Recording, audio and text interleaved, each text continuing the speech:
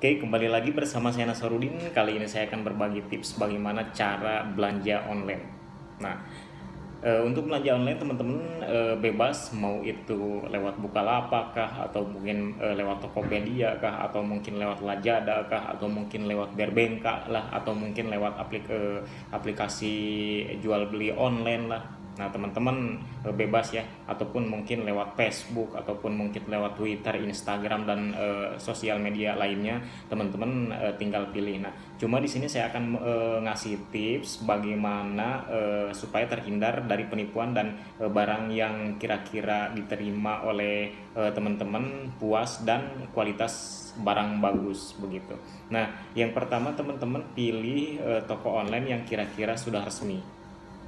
Ya, saya kasih contoh seperti Bukalapak ataupun mungkin Lazada, Blibli, Berbenka, Tokopedia, dan nah itu kan sudah masuknya resmi gitu kan, dan udah ada iklan-iklan di TV juga gitu, di banner-bannernya juga udah banyak gitu kan, udah dikenal masyarakat juga, teman-teman bisa beli di sana juga. Yang pertama itu.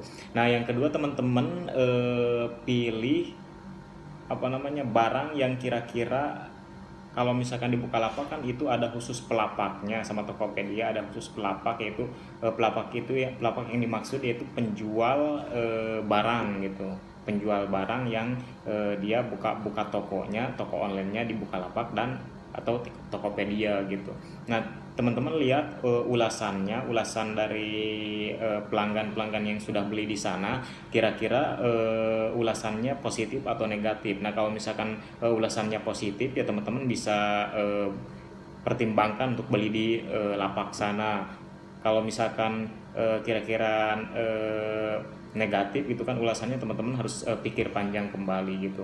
Nah, yang kedua itu, dan yang ketiga di sini teman-teman lihat dari harga produknya juga. Nah, jadi kalau misalkan pengen barang yang bagus itu kan teman-teman lihat teman-teman lihat barang yang original dilihat dari harga. Nah, jadi kalau misalkan pengen beli barang yang bagus gitu kan, yang puas gitu kan, kalau misalkan harganya dilihatnya murah gitu kan, enggak sesuai di toko aslinya gitu, teman-teman ya harus dipertimbangkan kembali gitu.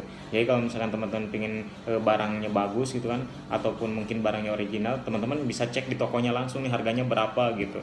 Nah, baru teman-teman bandingkan yang di online. Kalau misalkan harganya sama, nah teman-teman bisa beli. Kalau misalkan harganya beda miring dikit, teman-teman juga bisa pertimbangan untuk beli gitu. Tapi kalau misalkan harganya di bawah, bener-bener di bawah harga yang di toko aslinya, teman-teman harus dipertimbangkan kembali gitu. Jadi supaya tidak tertipu dan barangnya puas. Yang pertama itu. Nah, mohon maaf ya, bukan yang pertama, yang ketiga ya tadi. Yang pertama tadi pilih toko onlinenya, yang kedua dari ulasan pelanggan yang sudah beli, dan yang ketiga dari harganya. Nah, yang terakhir teman-teman lihat dari